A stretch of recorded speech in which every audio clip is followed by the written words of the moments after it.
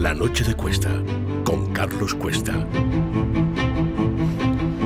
Bueno, pues vamos a hablar de lo obvio, porque después de, en 5 días, 6 días, 7 días, haber recopilado cuatro accidentes de tráfico, descarrilamientos, choques con muros que se caen, y dicen, no, porque hay un temporal. Yo hablé con gente, amiga mía, que vive en esa zona y me dijo, bueno, unas lluvias normalitas. Y decían, y añadían, por cierto, sí, temporal hay en Cataluña, pero vamos, que si hay un temporal y llueve un poco fuerte, ¿se caen los muros de contención? Este es el nivel de infraestructuras que tenemos en estos momentos en España con el Partido Socialista, y la respuesta era obvia, pues sí, es así. Bien, muertos por un lado, muertos por el otro, en infraestructuras críticas, totalmente decisivas para la economía española, para el funcionamiento de España, para la gente, para que se pueda desplazar, para que llegue a sus viviendas, a sus trabajos. Este tipo de cuestiones, por supuestísimo que las tienen en cuenta todas las empresas. Así que, Luis Fernando Quintero, ¿qué tal, Carlos? te lo pregunto directamente, desde el punto de vista de capacidad de captación de inversiones y de empresas, desde el punto de vista de capacidad de creación de empleo, desde el punto de vista de capacidad de captación de capital extranjero, exactamente hasta dónde se hunde España después de unas noticias como 4 accidentes ferroviarios, uno de ellos con 45 muertos, otro con 1, venimos de un apagón, venimos de no saber controlar o hacer obras hidráulicas para contener el agua y se nos mueren 200 personas en unas inundaciones. ¿Dónde queda la imagen? Sin contar con una semana sin aparecer el Estado por allí, bueno, por totalmente. la inundación de la Dana, que esto poco se recuerda y yo creo que está bien que lo recordemos siempre. Bueno, pues Carlos, fíjate, dices, ¿cuánto se hunde? Yo te pregunto, en 2020, ¿cómo crees que fue la inversión extranjera en España? ¿Buena o mala? Sobreentiendo que mala. 2020, malísima. Bueno, pues hemos retrocedido en inversión extranjera con las caídas netas que hemos tenido de inversión extranjera el año pasado a niveles de 2020. Del COVID, de la pandemia. De la pandemia. Hemos sufrido una caída de la inversión extranjera del 27,2% en términos netos, entradas menos salidas, hasta los 17.614 millones. Como te digo, es el nivel más bajo desde 2020.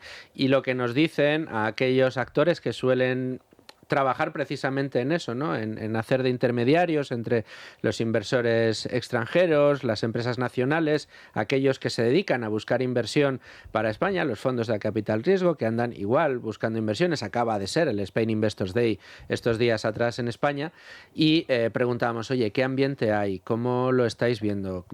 ¿Qué opinan esos grandes inversores que tienen la vista puesta en España, igual que en otros países, para establecer sus sedes en Europa, para establecer nuevas fábricas, aprovechando precisamente casi lo único bueno que en estos términos tiene España, que es mano de obra barata? Lamentablemente, esa es la única cartilla de presentación que podemos poner en el escaparate. Y que es un país muy atractivo para que se vengan a vivir los directivos, punto. Exacto. Bueno, pues, y cuidado con en qué zonas, porque no metamos ahí Cataluña y País Vasco porque no les da la gana. Lo que nos dicen estas fuentes es que el ambiente es cada vez más nocivo, la percepción de esa inseguridad jurídica que tenemos en España es cada vez mayor, y la sensación de deterioro de todo el sistema, de las infraestructuras, el deterioro institucional en España es ya muy palpable fuera. Es verdad que tenemos esto de que estamos creciendo a unos ritmos muy altos, y esto evidentemente a todos los inversores. Muy altos, hay que aclarar que estamos hablando de un 3%. Estamos hablando de un 3%, de un 2,9% según el Fondo Monetario Internacional para el año que viene.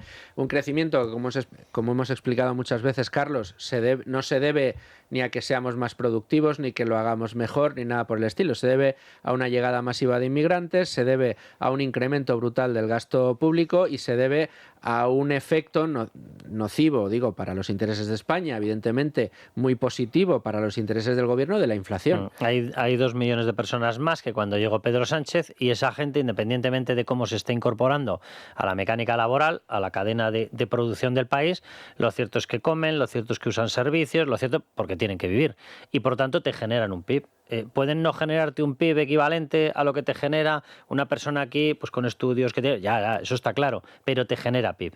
Y luego, efectivamente, lo que estás diciendo, o sea, el resto es, por decirlo de alguna manera, maquillaje, o el maquillaje más perverso. Te lo quito en impuestos y lo introduzco en el circuito como gasto público. Claro, no, además, si esto es sencillo, oye, al final cuando un país crece y crece bien y crece de forma sana y crece justificando la atención que sobre él va a poner de la mirada de los inversores internacionales, es un país que traslada esa riqueza, ese crecimiento a los ciudadanos. Crece la renta per cápita. En España, en renta per cápita, estamos estancados, no crecemos, estamos perdiendo puestos respecto a nuestros socios europeos que sí que crecen y, por lo tanto, no se traduce. Insisto, ¿qué hacen los inversores internacionales? Según nos cuentan nuestras fuentes. Observan los países, dicen, oye, España, muy bien, crece, vamos a ver cómo crece, eso es lo primero, y después, claro, ven un poco, oye, inseguridad jurídica, están incumpliendo los laudos internacionales, te cambian las reglas del juego a mitad de partido. Pero bueno... Una tensión política de la pera. Lo que siempre se ha dicho de España, oye, tiene un clima estupendo, tiene unas buenas infraestructuras, error. Esto ya no lo podemos decir. La red vial está como está, la red ferroviaria lamentablemente estamos viendo que no estaba como nos contaban, la red eléctrica después del apagón quedó claro que tampoco era una de las joyas de la corona, era una joya a la que ya le habían robado todas las piedras preciosas, se había quedado en el cascarón y ese es el problema que tenemos, que a la imagen deteriorada de inseguridad jurídica que ya teníamos, las pocas virtudes que teníamos al tornarse falsas, empezamos a perder mucha credibilidad en todos los sentidos. Que no te quiere dar la razón Óscar López, escúchale. A ver. El excelente momento económico que vive la economía española, cuando uno está en Davos y después de 15 reuniones donde se ve con fondos de inversión, con empresas multinacionales, con otros países, todo el mundo tiene un concepto extraordinario de España, de su momento, del momento que vive la situación económica en nuestro país, y lo que ve uno es que no solamente están llegando muchísimas inversiones a nuestro país, sino que van a llegar muchas más, porque hay mucho apetito inversor, porque se han hecho las cosas bien durante estos años y España, como digo, atrae inversiones. Es un país muy atractivo para la inversión. Por cierto, me llama la atención, son declaraciones sin un solo dato. Ni uno. No, bueno, como siempre. Ni uno. Vengo de Davos o estoy en Davos y os voy a explicar el cuento o la fábula. A ver, denos algún dato. Digo, suele ser bueno. Para ganar un poquito de credibilidad, los inversores que van a venir, o los que dice él que tiene una percepción maravillosa de España, entiendo que son los que no hayan visto lo que ocurre en materia de corrupción, los que no utilicen el tren, los que no hayan tenido, porque estén ya aquí y tengan una vivienda, un caso de ocupación, los que no hayan visto el trapicheo de las obras públicas, los que no. Es decir, se deben quedar Pedro Sánchez y Óscar López. No, fíjate, estoy dispuesto, Carlos, a romper una lanza por lo que acaba de decir Óscar López. Y me refiero a lo que ya adelantó, creo que fue ayer, el señor Carlos Cuerpo cuando estuvo hablando del acuerdo del Mercosur, del que luego hablaremos. Están tratando de priorizar la llegada de inversiones de un país y no de empresas, de un país como es China. Claro, si tú buscas un socio comercial como es China, con un paladín como ha sido Zapatero, y haces que sea el propio gobierno chino quien anime a sus empresas a venir a España, no sé muy bien con qué promesa detrás. Eso te iba a decir, que eso tiene que ser a cambio de algo, ¿eh? Pues ahí la verdad que si esas son las empresas con las que se ha reunido Óscar López, pues yo ahí puedo entender que efectivamente estén buscando una línea de ingresos o de llegada de inversiones para España. Vamos, que el conejo en la chistera es, aquí no van a venir empresas libres, serias, potentes, pero sí van a venir las ordenadas por la dictadura comunista, porque hemos hecho un acuerdo por el cual permitimos una invasión comercial y empresarial de China a cambio de que nos edulcoren las cifras. Por ejemplo. Eso no se sabe, pero desde luego Carlos Cuerpo lo que dijo fue que había que priorizar, habló de Canadá, por supuesto se felicitó por el Mercosur y señaló de manera muy especial las relaciones con China. Vamos a explicar, porque claro, el desastre que estamos viendo ferroviario, que no tiene que ver con las máquinas, que tiene que ver con las vías, es decir, con la infraestructura del ferrocarril, resulta que sucede después de que nos hayan regado de fondos europeos. Es más, los responsables principales de ese mantenimiento en la red ferroviaria resulta que han recibido dinero por todas partes con el sello de Comunidad Económica Europea. Exacto. De hecho, son fondos europeos y fíjate, ya hemos contado un millón de veces y pocas serán que el mayor receptor de los fondos europeos han sido el Estado, han sido empresas públicas, han sido comunidades autónomas, han sido ministerios, han sido entidades públicas, ha sido dinero para la administración. Que aquí teníamos a Pedro Sánchez diciendo que iba a repartir los fondos europeos por las empresas españolas y aquellas que habían sufrido mucho durante la pandemia, no, han sido las empresas públicas. Pero de las empresas públicas, y tengo aquí el listado oficial, el Excel oficial, la la llegada de inversiones de los fondos europeos, hay 2 compañías que están en la cúspide, los que más han recibido. En este caso, 2.961 millones la primera, 2.915 No está mal, ¿eh? la segunda. La primera es Administrador de Infraestructuras Ferroviarias, Adif. para el que no sepa cuál es Adif, y el segundo es El de las Adif vías. Alta Velocidad. El primero, 2.961, el segundo, 2.915. O sea, prácticamente lo mismo. Y Adif Alta Velocidad. Vamos, que suman entre los dos prácticamente 6.000 millones de euros. Sí, señor. ¿Qué estamos haciendo con eso? Porque en las vías no se ve.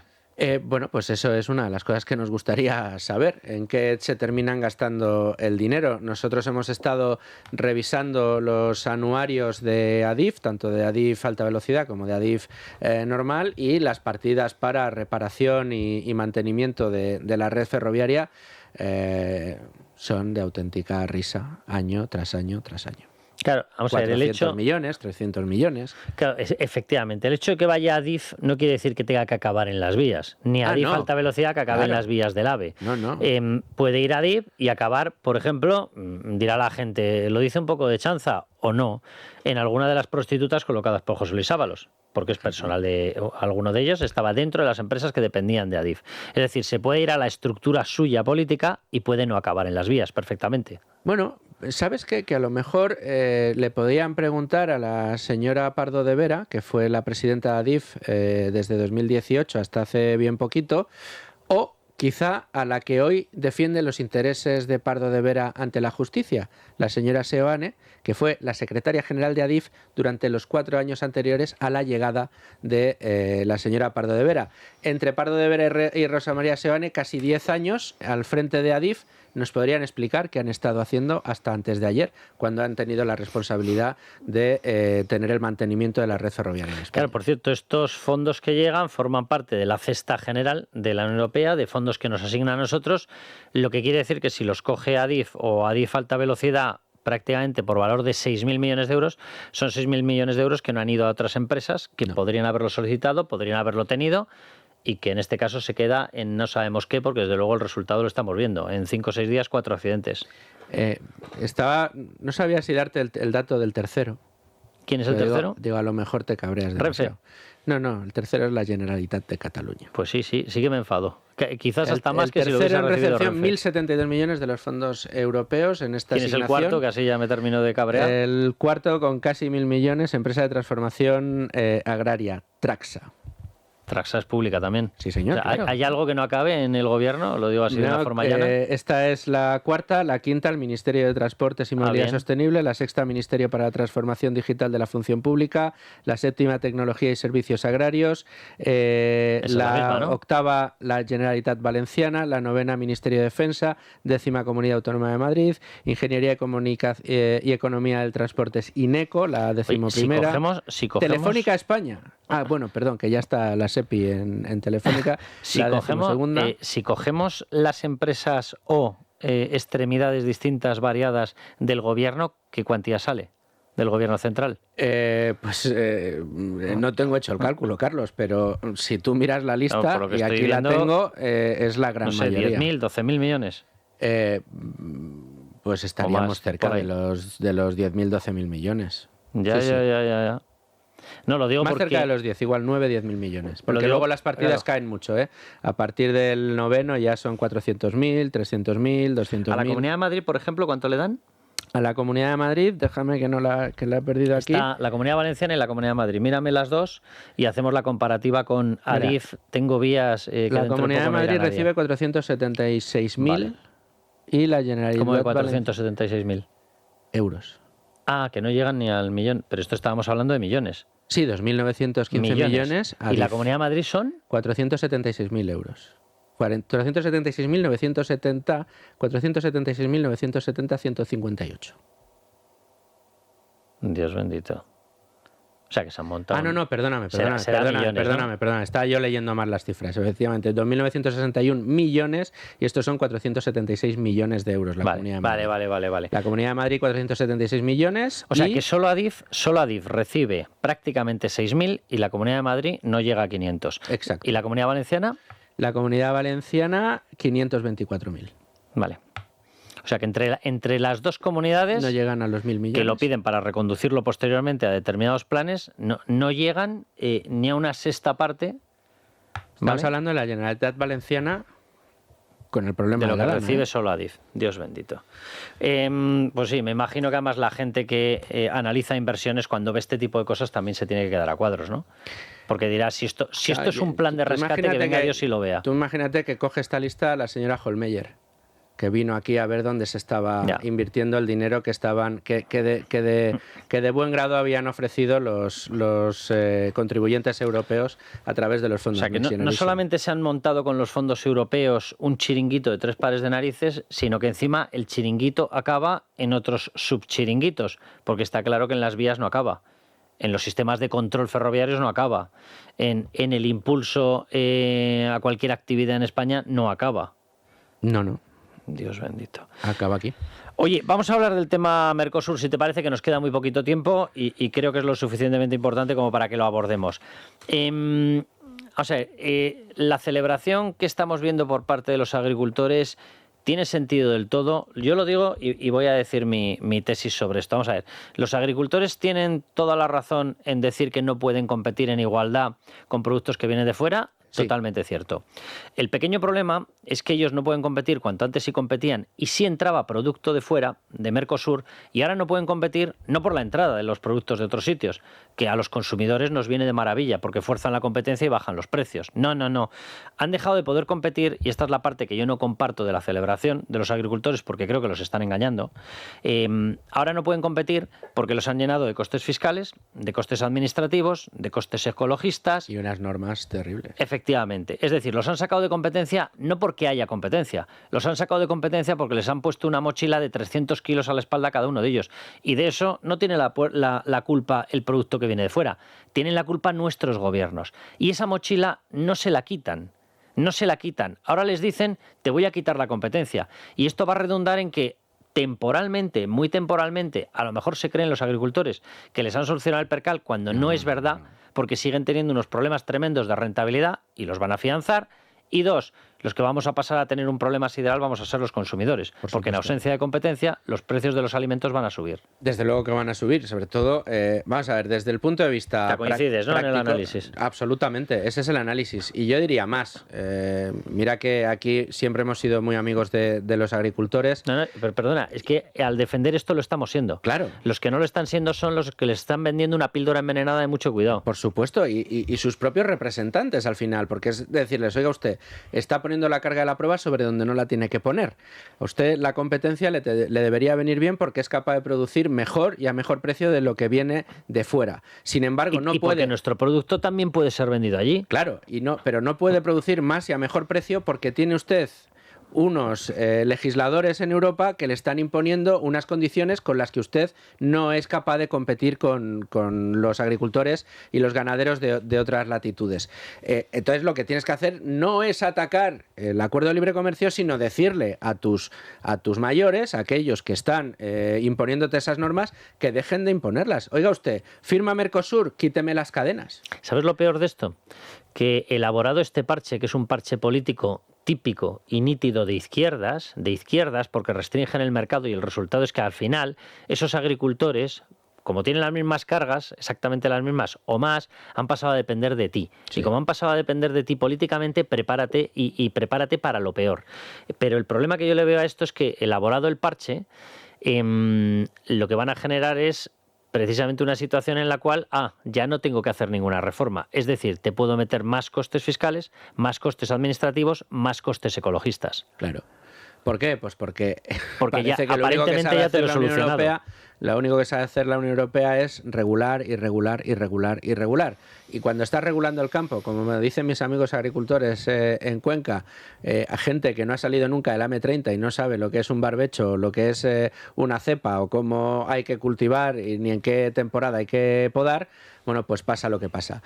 Además, decías tú, es una píldora envenenada porque lo que ha sucedido ahora en Mercosur Mercosur no, lo que ha sucedido con el acuerdo de Mercosur es que en el Parlamento Europeo han sido capaces, los contrarios al acuerdo de libre comercio, que sea ahora mismo el Tribunal de Justicia de la Unión Europea quien tenga que analizarlo y tenga que decidir si es compatible o no con la normativa establecida en Europa.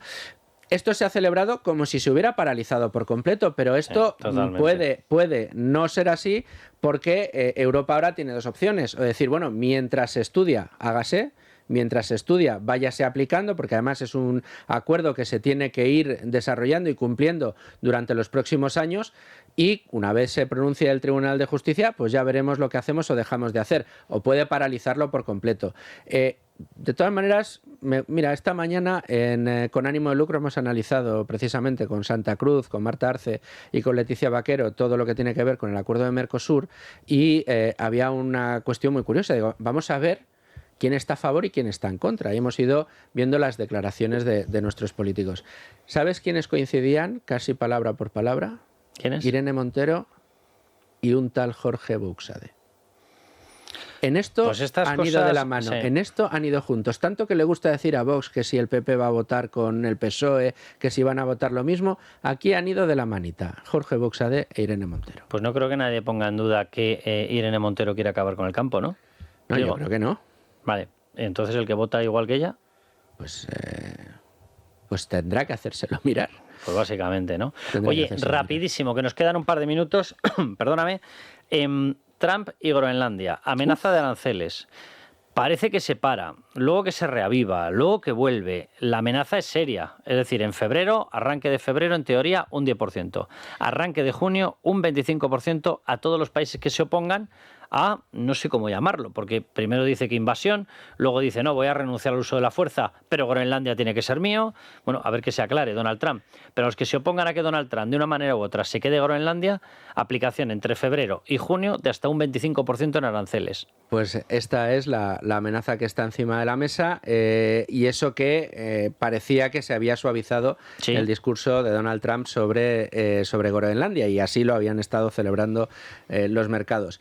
Yo creo que aquí hay que decir dos cosas. La primera de ellas, que todas las amenazas de Trump en este respecto terminan traduciéndose en caídas de bolsa. Es decir, yo voy a poner aranceles, las bolsas caen porque no lo esperaban, porque es sorpresivo y porque además es impredecible. Genera muchísima incertidumbre y por lo tanto los mercados se asustan y sacan el dinero.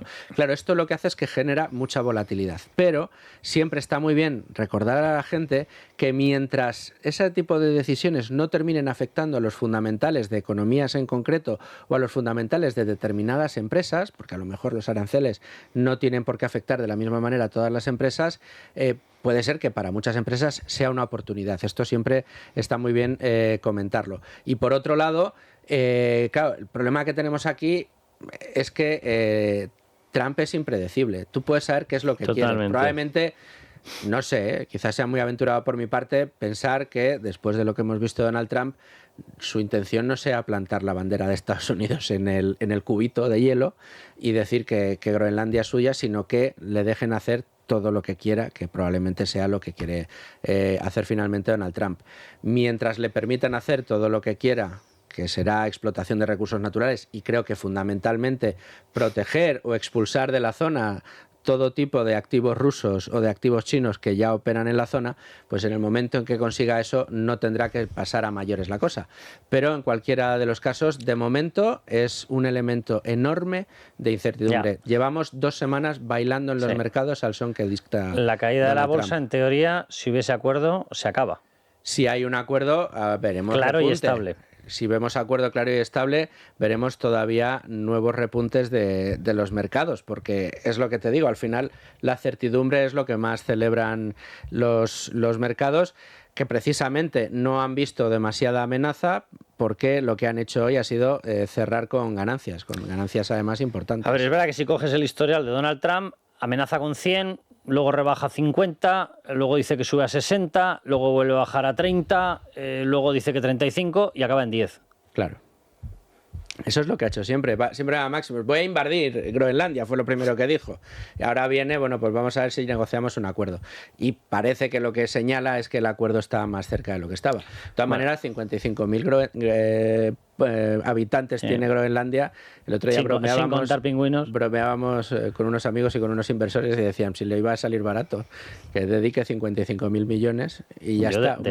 Millón por habitante. Te lo digo en serio, o sea, sé que tiene un potencial geoestratégico tremendo, se convertiría en un símil, por decirlo de alguna manera, de inmenso portaaviones con una capacidad de llegada a Rusia, de llegada a China por otro lado, etcétera. Que con el deshielo pueden aparecer rutas comerciales, que si se quita la capa esta famosa de permafrost, de hielo que es prácticamente impenetrable, tienes al alcance recursos naturales. Todo eso estoy convencido que le importa. Estoy convencido de que le importa que en el año 46 un tal Harry Truman resulta que fracasó en su intento de comprar Groenlandia. Y este señor quiere decir, yo sí, os juro que yo sí que lo he conseguido. Bueno, también dijo que el acuerdo estaba cerca cuando empezó a hablar con el señor Zelensky, mejor dicho, insultar al señor Zelensky y hablar con el señor Putin. Dijo que esto acabaría pronto y todavía está en ello. No sé cuánto va a durar la cosa con Groenlandia, pero parece que es menos beligerante en cualquiera de los casos y terminará solucionándose con un acuerdo. Bueno, pues esperemos que la bolsa vuelva a sonreír y que a la gente que se dedica a trabajar y a ahorrar le dejen en paz. Hombre, eso es lo más importante. Estos y los de los impuestos de aquí. Bueno, que muchísimas gracias, Luis Fernando. A ahorrar, a trabajar y a poder desplazarse con seguridad por el país. Sí, totalmente. Ya que lo que nos roban en impuestos sirva para algo. Exacto. Más allá de Jessicas, Carlotas, Adrianas, se enrollan que te cagas, etcétera, etcétera. Bueno, que nos despedimos. Que mañana aquí estaremos, por supuesto, pasaremos lista. Y a ver si se acaban ya los accidentes ferroviarios, porque esto empieza a ser ya una especie de pesadilla absoluta. Y a ver si algunos que exigían permanentemente dimisiones con otro tipo de tragedias se aplican el cuento, ¿verdad? Aunque parece que lo del verbo dimitir para la izquierda como que no existe, ¿no? Lo conjugan. Les cuesta dimitir, ahorrar, no robar, no enchufar. Estas cosas no son lo suyo. Bueno, que les dejamos, ya saben, viva España y viva la libertad.